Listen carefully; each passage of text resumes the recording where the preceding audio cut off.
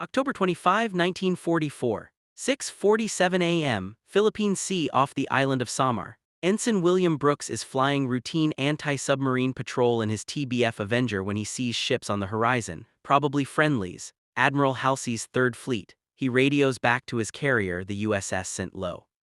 Then he flies closer and realizes he's made a terrible mistake. These aren't American ships. Those are pagoda masts, rising sun flags, and that ship in the center is enormous. The biggest battleship Brooks has ever seen, the biggest battleship anyone has ever seen. He keys his radio. "I can see pagoda masts. I see the biggest meatball flag on the biggest battleship I ever saw."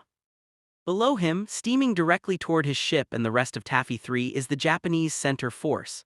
4 battleships, 8 cruisers, 11 destroyers, led by the Yamato 72,000 tons of steel, the most powerful warship ever built, carrying 9 18-inch guns that can hit targets 26 miles away. In between this unstoppable force and the American invasion beaches at Leyte Gulf, where 130,000 American soldiers are vulnerable and unprotected, stands Taffy 3. 6 escort carriers, 3 destroyers, 4 destroyer escorts. The carriers have a top speed of 18 knots. The destroyers' biggest guns are 5 inches. They fire shells that literally bounce off battleship armor. In 2 minutes, the Japanese will open fire, and what happens next will become the most one-sided battle in naval history, except it won't go the way anyone expects.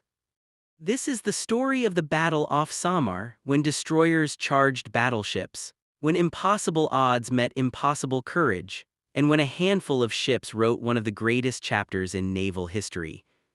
Task Unit 7743, call sign Taffy 3, was never supposed to fight a surface battle. These ships were designed for convoy escort and anti-submarine patrol. The 6 escort carriers were converted merchant ships, slow, lightly armored, carrying aircraft meant for ground support, not naval combat. Each carrier held about 28 planes, a mix of FM-2 Wildcat fighters and TBM Avenger torpedo bombers. The 3 destroyers were Fletcher-class, USS Johnston, USS Hoel, and USS Heermann. Fast, maneuverable, armed with 5 5-inch guns and 10 torpedo tubes. Good ships, but hopelessly outmatched against battleships and cruisers. The 4 destroyer escorts were even smaller. USS Samuel B. Roberts, USS Dennis, USS John C. Butler, and USS Raymond. These were the tin cans, thin-hulled ships designed to hunt submarines, not fight surface battles. Commanding Taffy 3 was Rear Admiral Clifton Sprague. Everyone called him Ziggy, a calm, methodical officer who'd spent the last 8 days providing air support for the American invasion of Leyte. Routine work, boring, even. The real naval battles were happening elsewhere. The Japanese had launched Operation Shogo, their last desperate attempt to destroy the American invasion fleet at Leyte Gulf. The plan involved 3 Japanese forces converging on the Philippines from different directions. Admiral Halsey's powerful Third Fleet, with its fast battleships and fleet carriers, was supposed to guard the northern approach. The 7th Fleet, with older battleships, would guard the southern strait. But the Japanese had planned a deception. Admiral Ozawa's northern force, 4 carriers with almost no aircraft, was sailing south as bait. The carriers were deliberately exposed, vulnerable, impossible for Halsey to resist, and Halsey took the bait. On the night of October 24, he took his entire Third Fleet, every battleship, every fleet carrier, every cruiser, and raced north to destroy Ozawa's carriers. This left San Bernardino Strait completely unguarded, and through that strait came Admiral Takeo Kurita's center force. Kurita had been mauled the previous day. American submarines had sunk 2 heavy cruisers. Aircraft from Halsey's carriers had pounded his fleet, sinking the super battleship Musashi. Kurita appeared to be retreating. American commanders thought he'd given up. They were wrong. Kurita had turned around, and at 3:00 a.m. on October 25, his fleet passed through San Bernardino Strait unopposed. By dawn, he was steaming south along the coast of Samar, heading straight for the Leyte invasion beaches. Nobody expected him, nobody was ready, and the only American forces in his path were 3 groups of escort carriers, Taffy 1, Taffy 2, and Taffy 3. At 6:47 a.m., Ensign Brooks spotted the Japanese fleet. At 6:50 a.m., anti-aircraft fire erupted on the northern horizon, Japanese ships firing at American patrol planes. At 6:58 a.m., colored shell splashes began falling around Taffy 3's carriers. The Japanese were shooting, and they were close. Admiral Ziggy Sprague couldn't believe it. He demanded confirmation. His staff checked and rechecked. There was no mistake. 4 Japanese battleships, 8 cruisers, and 11 destroyers were bearing down on his position at 30 knots. His escort carriers could only make 18 knots.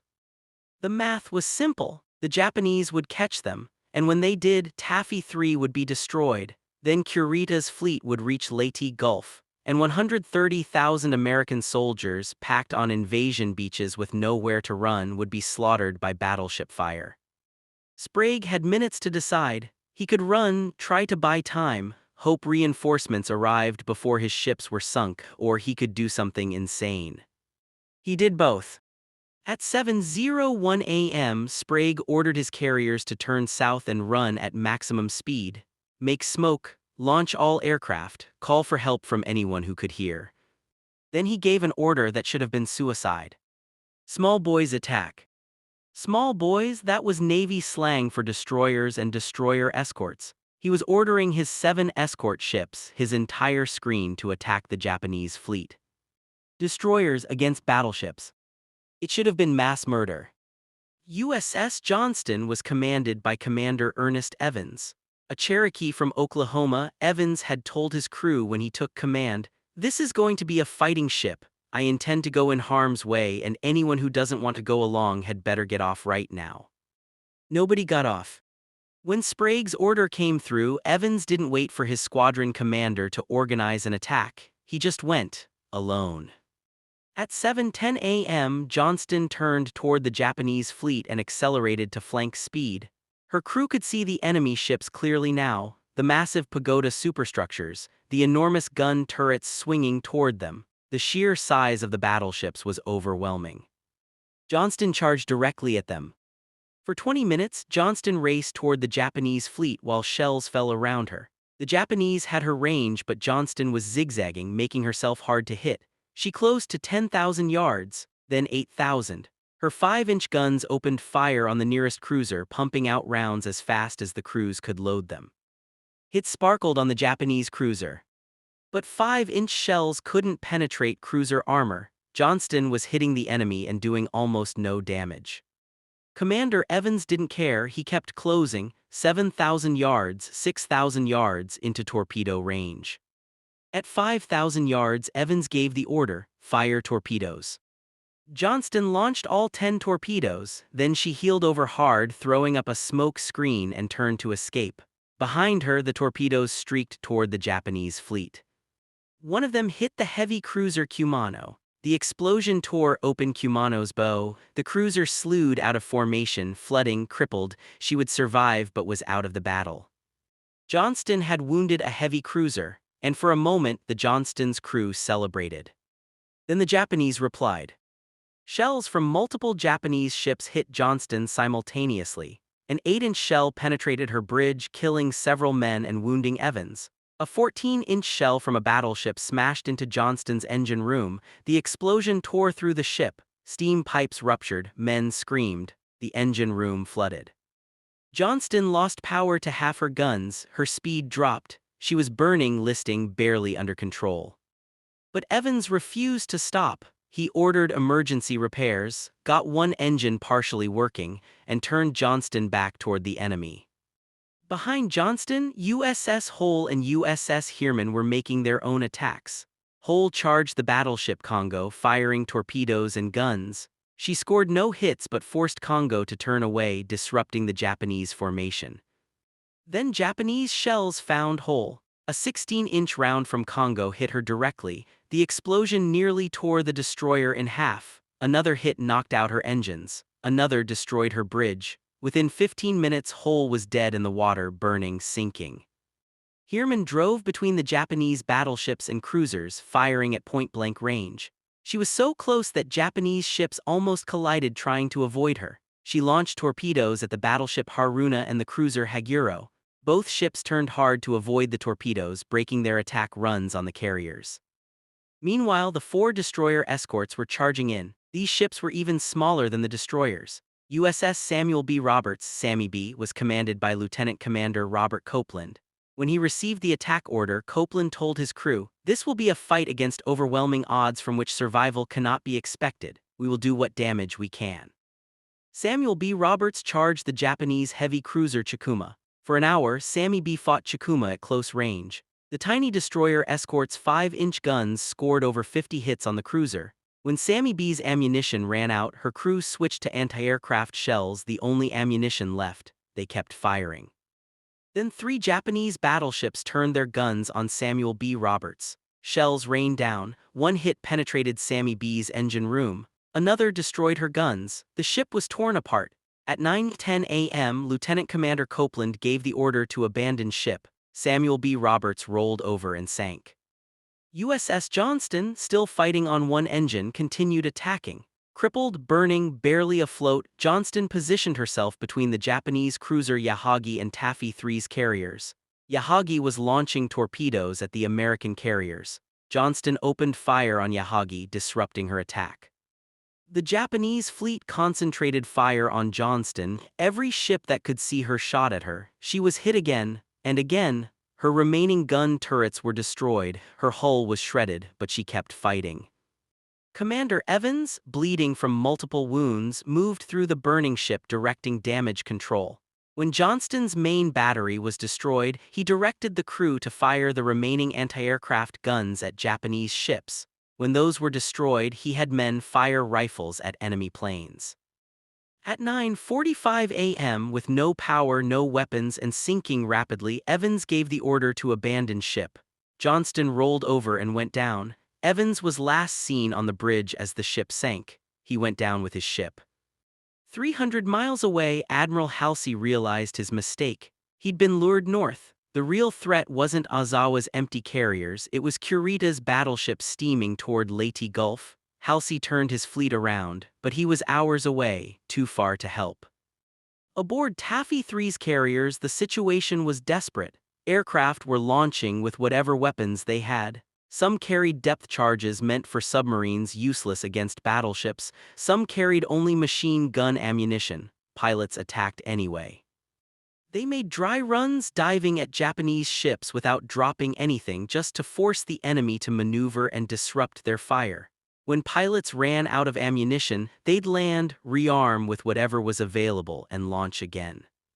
The Japanese heavy cruiser Chokai was hit by a bomb from a TBM Avenger. The bomb penetrated her engineering spaces. Chokai lost power and eventually sank. The heavy cruiser Suzuya was damaged by air attacks and eventually had to be scuttled. The heavy cruiser Chikuma, already damaged by Samuel B. Roberts, was hit again by aircraft and sank. But the Japanese were closing on the carriers. The escort carrier Gambier Bay was hit multiple times by heavy cruiser fire. She slowed, fell behind, and was pounded to pieces. At 9:07 a.m., Gambier Bay capsized and sank. She was the only American carrier ever sunk by surface gunfire. The other carriers were being hit. White Plains, Kalinin Bay, Fanshawe Bay, shells were landing all around them. It was only a matter of time before they were all sunk. Then at 9:25 a.m., something impossible happened. The Japanese turned away. Admiral Kurita, aboard Yamato, saw his ship scattered across miles of ocean, several cruisers damaged or sinking, destroyers out of position. He'd been under constant air attack for over 2 hours. His force had been mauled by destroyers and destroyer escorts that should have been destroyed in minutes. Kurita believed he was facing fleet carriers and heavy cruisers. He thought Halsey's entire Third Fleet was nearby. He expected massive airstrikes and battleship attacks at any moment. The ferocious resistance from Taffy 3 had convinced him he was outnumbered. He ordered his fleet to retreat. The battle off Samar was over. Taffy 3 had won, not by destroying the enemy, but by making the enemy believe they couldn't win. The cost was staggering. USS Johnston, USS Hoel, USS Samuel B. Roberts, and USS Gambier Bay were sunk. Over 1,500 American sailors were killed, many more were wounded. But Taffy 3 had saved the invasion fleet. The 130,000 American soldiers at Leyte Gulf were safe. The most powerful surface fleet Japan had left had been turned back by 6 escort carriers and 7 destroyers. Admiral Chester Nimitz later wrote, The success of Taffy 3 was nothing short of special dispensation from the Lord Almighty. Commander Ernest Evans, who charged Yamato in a destroyer and fought until his ship sank under him, was posthumously awarded the Medal of Honor. He was the first Native American in the Navy to receive the medal. Lieutenant Commander Robert Copeland, who led Samuel B. Roberts in her death ride against Japanese cruisers, survived and later wrote, "We had been told we were too small to fight, too thin-skinned to live, but for 2.5 hours we were giants." The battle off Samar is remembered as one of the greatest last stands in naval history, not because the Americans won by superior firepower or tactics, but because they won by refusing to accept that they'd lost. Destroyers charged battleships, escort carriers launched planes with no weapons, sailors fought when survival was impossible, and somehow, impossibly, they won.